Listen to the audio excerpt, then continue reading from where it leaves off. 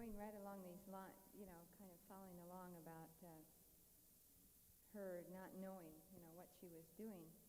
One card says, given the situation of lack of teaching about nonverbal behavior, how does one learn what one is communicating I've nonverbally? got the answer to that. Start communicating verbally with the people around you. Start asking them, what am I telling you? Yeah. Don't be bashful about it. Don't be shy about it. Sit down and say, okay, look at me. What am I saying to you? How do you read me? It's the only way you're really going to find out. It's a threatening kind of situation the first few times you do it, but it's something you just absolutely must do. I think it's very important to establishing a satisfactory sexual relationship too. You ask the person, do you like it when I put my hand on your shoulder? Do you like it when I kiss your neck? Do you like this? Rather than just guessing about it, you ask them, do you like it or don't you like it? Also, the psychologists I train in interpreting their own nonverbal behavior by videotaping them. They come back and they play their videotapes, and the first time we play it through, we play it without sound.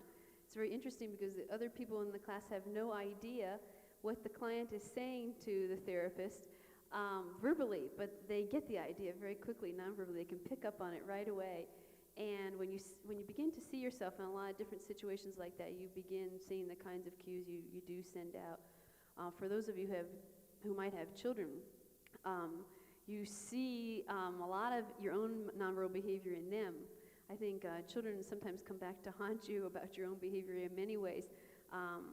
My own sister has a little boy who constantly walks around talking like this, say, well, are we going so-and-so, or are we going to do this? And he constantly has palm open, hand moving kinds of behavior. And she said to me, I wonder why he does that. And I said to her, I know someone who does that a lot, funny thing. Also brought back the point to me that I do that a lot. She and I both do that a lot. And that's why he does it a lot. It just looks a lot stranger on a 3-year-old than it does on someone who is much older. But sometimes you will see people imitating your own behavior. You pick it up from them. We have... This relates to the same thing. Guess where she picked that up. I've known her for a long time. Right on, Marcia. I recall a time when you didn't do that. Would you like to tell them that story? There is one writer in the field, by the way. Now, I won't categorize him as a writer. There is someone who puts words on paper in the field who interprets this kind of a gesture as being a sexually receptive gesture. Now, I think that's pure garbage. Sexually what? You, pardon? A sexually what? Sexually aggressive.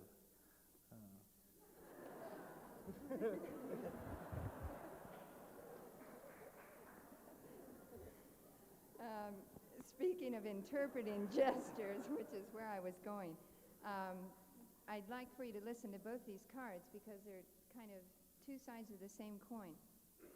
The first one says, could you give some examples of nonverbal communication, i.e. crossing arms, whatever.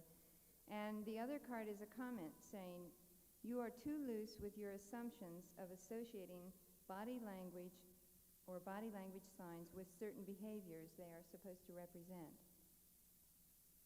So one person is asking for, what does this mean? And there's someone else who feels that you are making too many assumptions that making broad generalizations. That I'm sexually aggressive.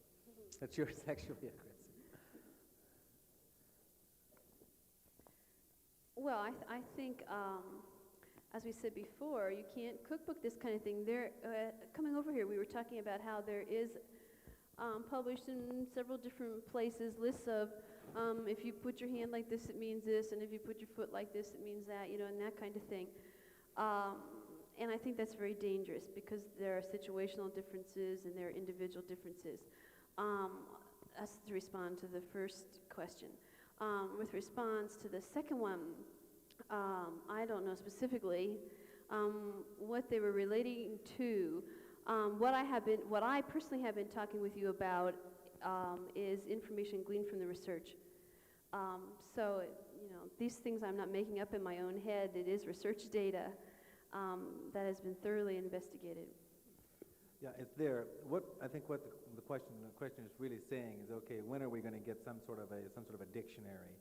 And it's an impossible kind of situation because it's difficult to handle the verbal language in a dictionary and be precise about it. I think we tried to make clear that it is situational. It is very situation bound. The longer you know a person, the more of those channels open up and the more meaning that comes out of it. I'm sure that you could probably make a very specific kind of statement about someone you know very well that would not generalize over to any other person at all, because it is purely an idiosyncratic kind of situation. As far as giving you specifics on what do these things mean, I'm reluctant to do so for that very reason, because it is so situational bound. All I want you to do is become aware of your own nonverbal. What it is, the very fact that you exist is saying something to a lot of people. Some of these specific behaviors we will be talking about a little bit more tomorrow in the workshop. I have brought a film along with me of two people interacting, and I know definitely what was going on there. These are two people I know. We're going to play it without sound and with sound, and then talk a little bit more about their specific behavior. And that is a little bit easier to do, and is also a little bit more accurate, since I am well aware of the relationship between the two and what was going on there. Right, being specific, one card asks, how long does a gaze have to be labeled intimate? Anything beyond 0.6 of a second.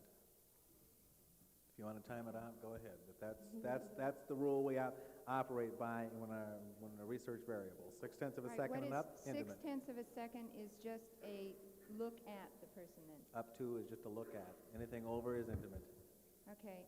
Try it. Try to look at somebody for 0.6 of a second. You know, it's a long time looking. It's not very long touching, but it's a long time looking. All right. To Dr. Fry, what was the question you asked the guy at the airport? I wanted to know if Des Moines was still fogged in, so I could tell if I was getting here or not. Oh, this is a good question, and it just came because I kind of want to know too. How do you differentiate between being open and friendly versus sexual attraction? Okay, there is just a matter of degree. Here again, talking about the two most important variables, eye contact and/or gazing and touching. You find among two people who are just being friendly, of course, more eye contact than you find gazing. You find gazing more in intimacy. And you find, here again, it's just a matter of degree, less touching. We used to find touching, but you just find less of it. That, and of course the ritual that goes with it, the touching, of course, the different kind of touching, there's a Where different it texture is. to it, and where you're touching. Yeah. All right. There's several questions directed to this left and right looking thing. A couple of them even say, did you say left and right looker or left and right hooker? I said looker. All right. Explain more about breaking a gaze, the right lookers and the left lookers.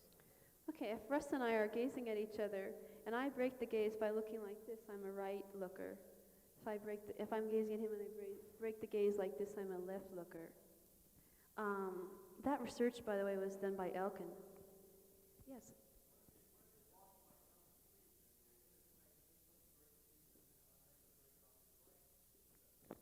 You will find consistently, if someone's coming toward you and the two of you are approaching and you break the eye contact, right? It's to avoid communicating with each other. You get fascinated with a leaf. Is that the kind of thing you're talking about? Okay, that is most consistent with what Diana is saying as a right-left looker, but it's for an entirely different purpose. You know, the purpose there is you simply do not want to have to speak to the person. Right. Are you saying, what I hear then is this gentleman asking that if to break the gaze of someone oncoming, if you're a left looker, you're going to break to the left. And if you're a right looker, you're going to break it to the right, no matter which side of the Now this is sidewalk you're on. consistency over an average, right? It's not, Right, over an average. Okay. And the left looker is personal and the right looker is cognitive, right? Remember that as you're walking across Central Campus. Everybody that breaks to your right is thinking about class. Everybody that breaks to your left is thinking about you.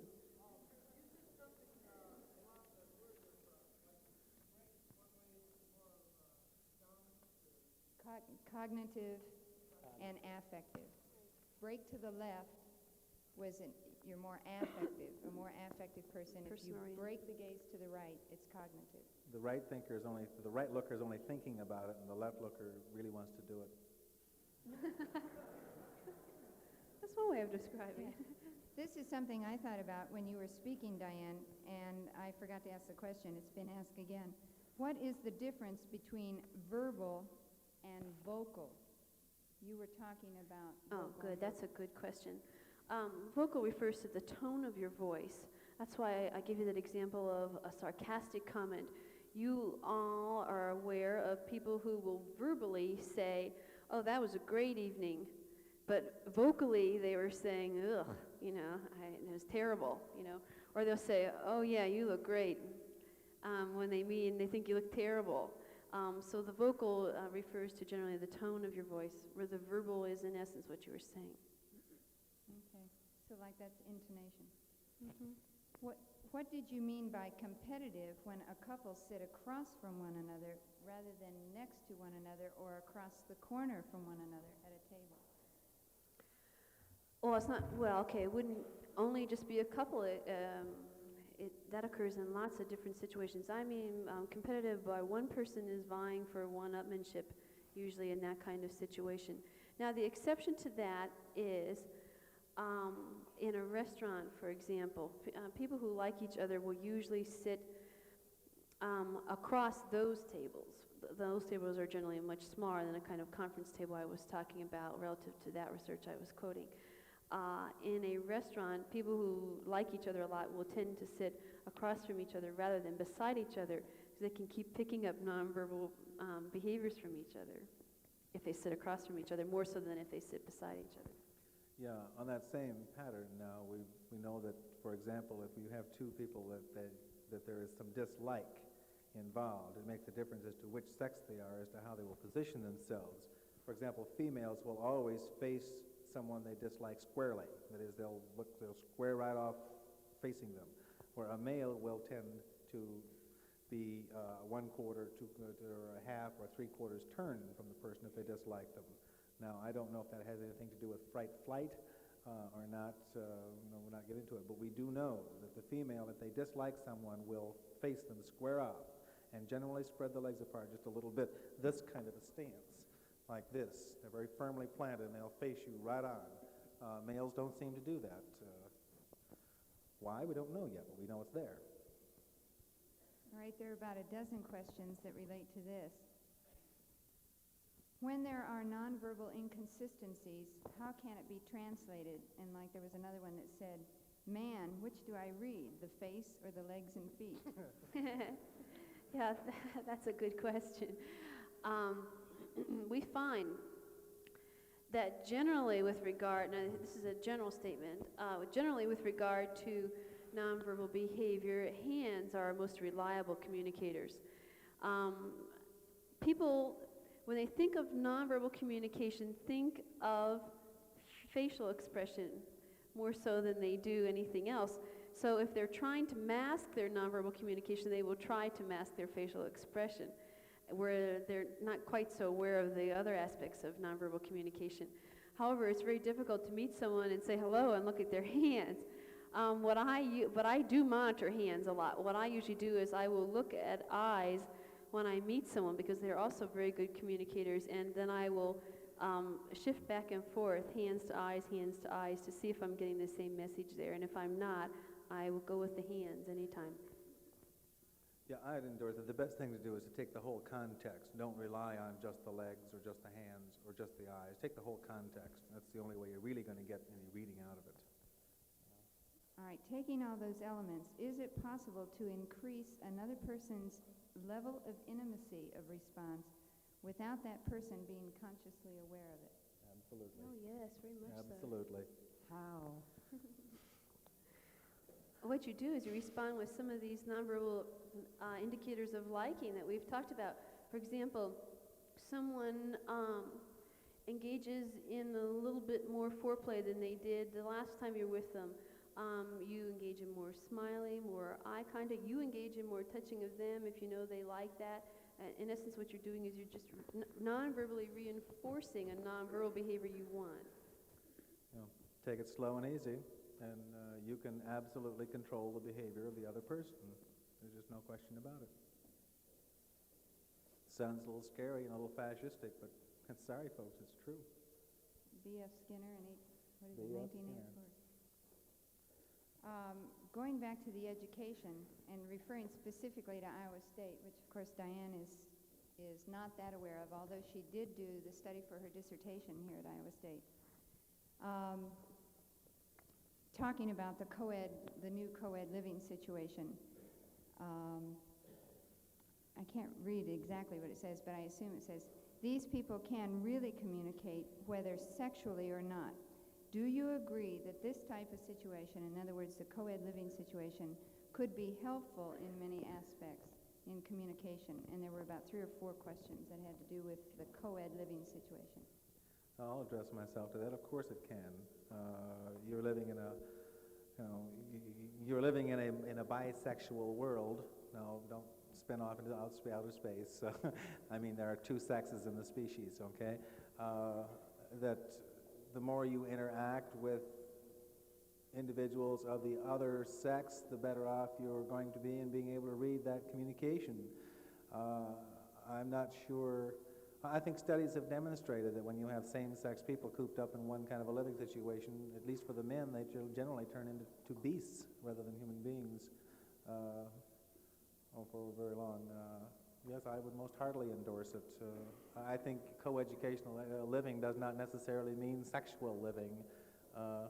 If you're going to have sex, you're going to get it whether you're co-ed or not. I don't think one is a function of the other. This reminds me of something that I wanted to respond to that Russ said earlier, and I haven't quite had a chance yet. I recall when I lived in the co-educational dormitory, I could almost tell by how a person's room looked what that person was like. This is at a time, of course, when I had studied nonverbal behavior a lot. Subsequently, this has happened to me a lot. We have an individual at our university who very consistently dresses in blue, has arranged to have his office painted blue, and we have certain university colors which are yellow and green and beige, and they do not include blue. So he had to go to great extremes to be able to have his office painted blue because it is not a quote-unquote university color.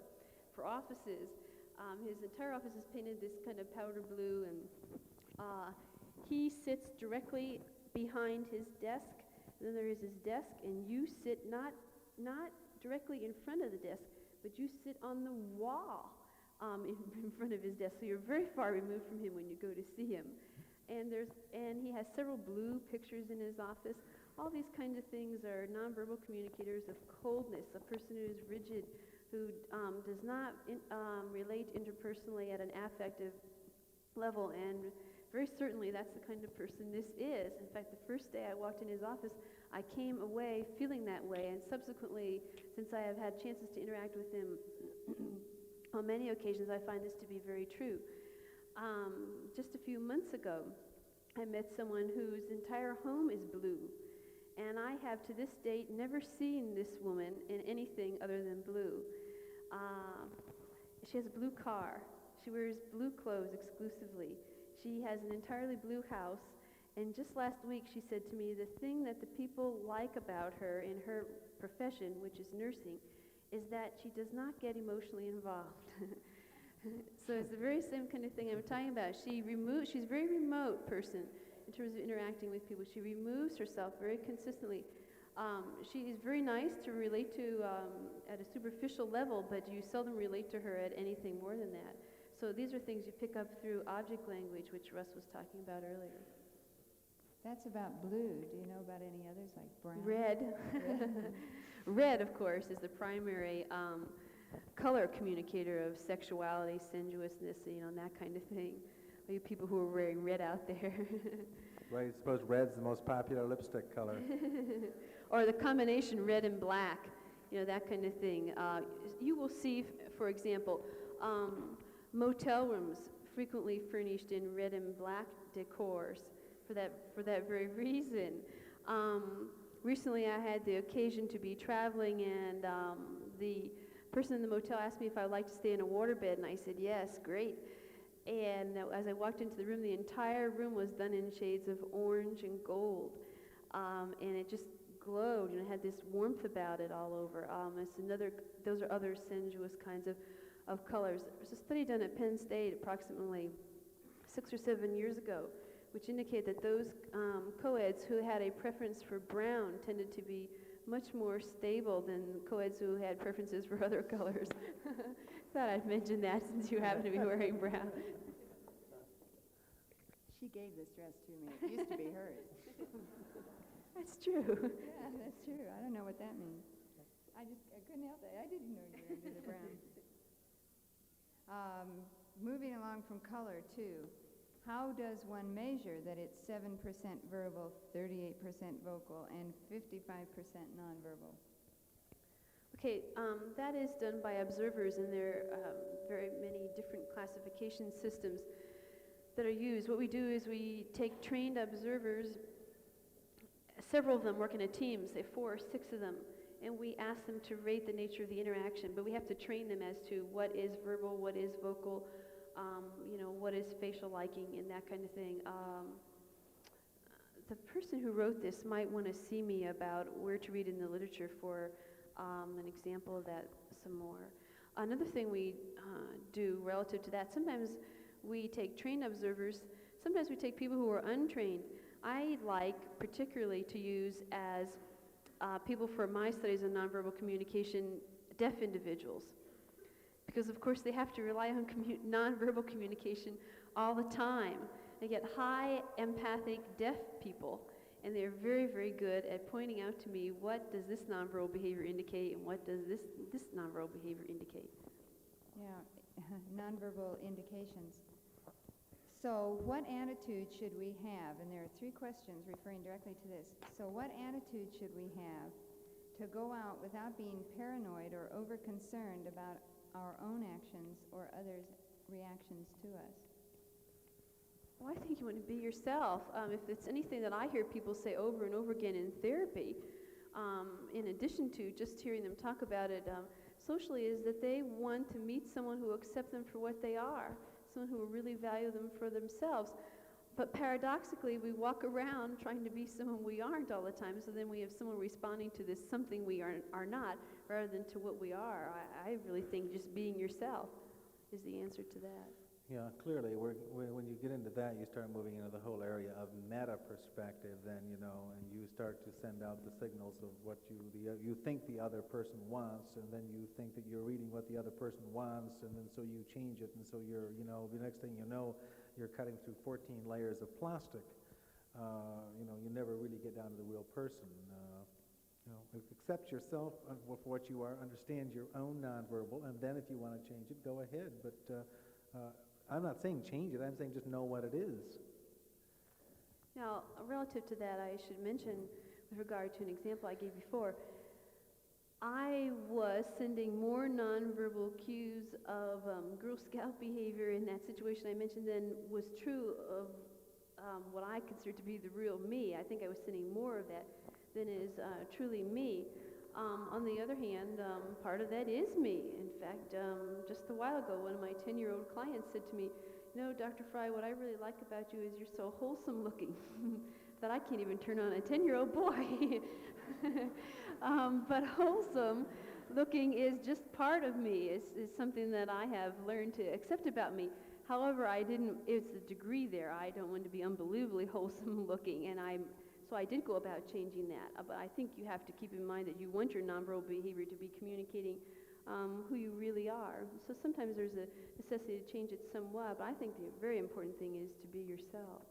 Well, if you have some hideous kinds of things, idiosyncratic kinds of things, like you're constantly jerking or blinking or slobbering or something, obviously you want to do something about that. But, and very likely, that's what people aren't telling you that you're doing.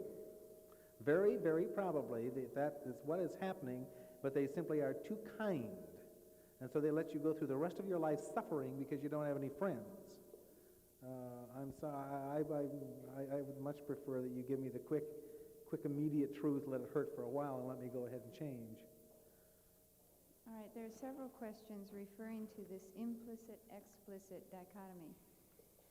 One card says, please, a better definition of the implicit-explicit thing you were talking about. Another one says, give examples of implicit versus explicit behavior, or a better definition.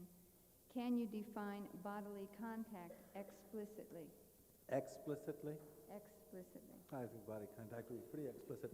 The reason, okay, I was the one that made the statement on it. The reason I object to such things as nonverbal and body language is nonverbal, for example, generally leaves us with the impression that we are talking about everything that is not verbal, okay? I mean, that's redundant, but I have to go that direction.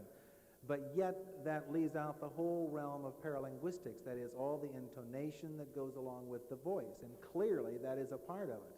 In other words, that can say something totally contradictory to what the words are that you are saying. So on that basis, you see, I object to the word nonverbal. Body language, I object to it because it's not just related to the body. It's, for example, object language, those things that you have around you, you know, the kind of car you have, the kind of clothes you put on your body. That's not a part of your body. It's covering it up, and those things. So I object to body language. I don't think it's all-inclusive enough for what we're talking about. So if we go with explicit, that being the exact words that you are using, being the explicit factor, implicit being that which is not the exact words.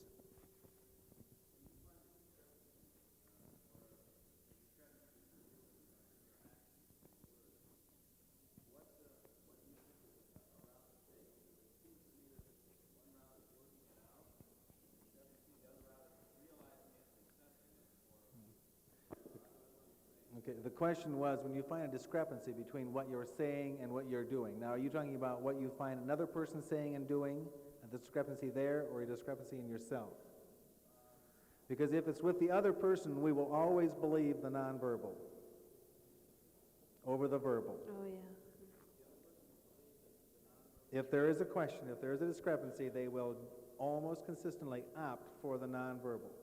In other words, if for example, you tell somebody, or somebody tells you, okay, yeah, I really had a nice time tonight, okay, you know, at the door. And yet the body language is saying, you know, let me in this door and get out of here, all right? You will believe that. You won't believe the words you heard that said, I had a nice time tonight.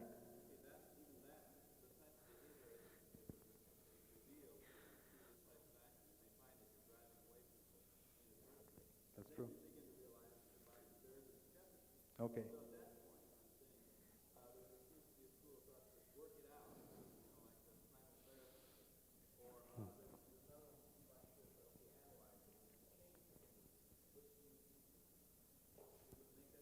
If you want the behavior changed, okay, then go about the process of instituting change, but don't expect fast change. Yeah, what you're talking about is referred to in the literature as multi-channel communication. And we have found that when there is this discrepancy between verbal and nonverbal behavior, getting two different messages, sometimes it's also referred to as double bind, it causes a great deal of difficulty with those you are communicating to. In fact, there is some research to indicate that childhood schizophrenia begins this way. Children who become schizophrenics get double bind messages from their parents. The mother will say, she'll say to the child, come over here and love me. But she indicates nonverbally she doesn't want the child over here. But she'll say to the child verbally she does. So it has at the far end of the continuum some devastating effects. So I would imagine that you would want to make the two congruent through whatever process you found most beneficial.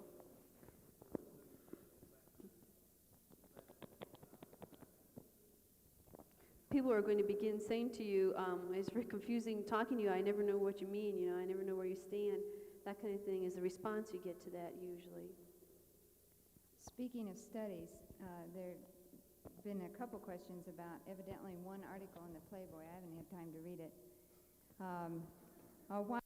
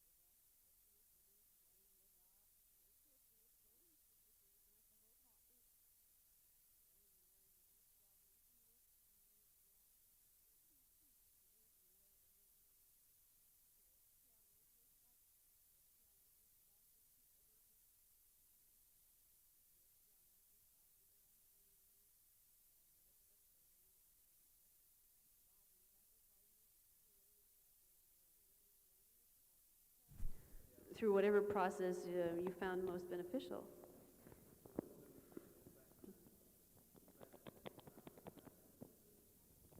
People are going to begin saying to you, it's very confusing talking to you, I never know what you mean, you know, I never know where you stand.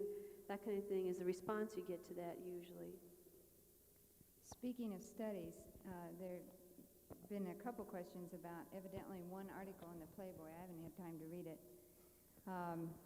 A while back, there's, this national study and then there's a local study I'd like to ask you about. A while back, Playboy ran an article on how women cross their legs and the correlation of the form of posture to the sexual intention or attitudes. Can you comment? I haven't read that article, so I can't comment. I haven't read it either, but I've read the research that it came out of. Yes, there is a school of thought arising out of that, and they say, okay, to get specific. Now, I'm not going to say that I endorse it or I don't, but a crossed leg on the female in the manner which I am right now is okay, forget it. There's no way am I interested in you sexually. This way. And have you ever seen a female set that way? But yet this writer says that this is the biggest come on, okay? And then he has this one. Now again, have you ever seen a female set that way? Now I'd like to know where he got his subjects for research. I really would. Now, I'm always interested in finding subjects for research, and I'd really like to get some of those birds. But those are the three things, and so I know that's all I'm going to say about it. All right. Here's the card in its entirety, and then we do have to quit because Diane and Russ are due at a live radio show shortly, so we're going to have to hustle later. I read the results of a survey done by a graduate psych student who found that girls who wore hoop earrings and guys who wear muscle shirts, cutoffs, and sandals have, percentage-wise, engaged in sex more frequently than those who do not wear such things. Are these statistics legitimate, and seriously, are there other clothing cues? Girls who wear what? Girls who wear hoop earrings. What's a hoop earring? Hoop. Great big circle. Oh, hoop. Hoop earring. And guys who wear muscle shirts, cutoffs, and sandals. And then I put in, seriously, are there other clothing cues? Are the statistics legitimate? Well, I don't know where that could have been. I have never encountered any evidence of anything It might be a been private done on survey. that. It may be a private survey.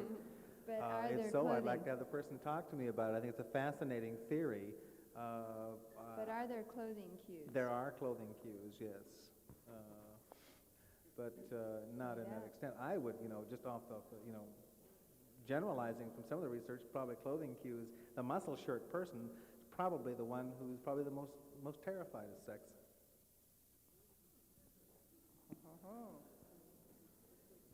I have not read the results of that study in any legitimate literature. I don't know. I hate to respond to research not knowing the conditions under which it was run, and that kind of thing. So it's difficult to respond to that. Here again, I don't know if we've touched on this enough, but I think it's important to be careful where you read about nonverbal behavior. It's becoming more and more of a fad in this country, and we see some books on the market that are very poorly written and they're sensationalized, just to get a lot of people reading them and talking about them and that kind of thing. But they're very low caliber, and they tend to make glowing generalizations, like anyone who wears a muscle shirt is this, and that kind of thing. And there's just no way that you can do that when you're talking about human behavior. Human behavior does not fit into categories A, B, and C, and that's it. So I really would guard against that, and if you're really interested in the area, try to stay in the professional literature, something that is a little bit more legitimate.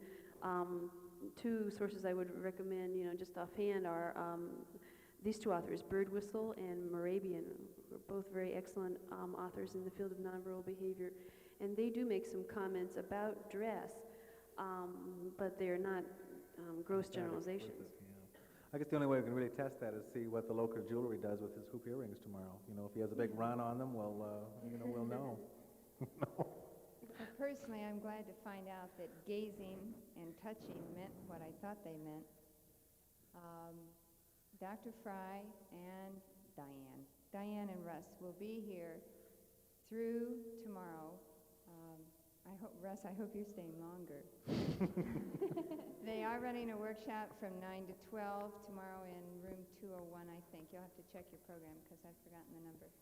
And they will be available at lunch in the Cyclone Cellar tomorrow for conversation with students and the general public, and you are most certainly invited. I'd like to thank you for coming, and I would like to thank our guests.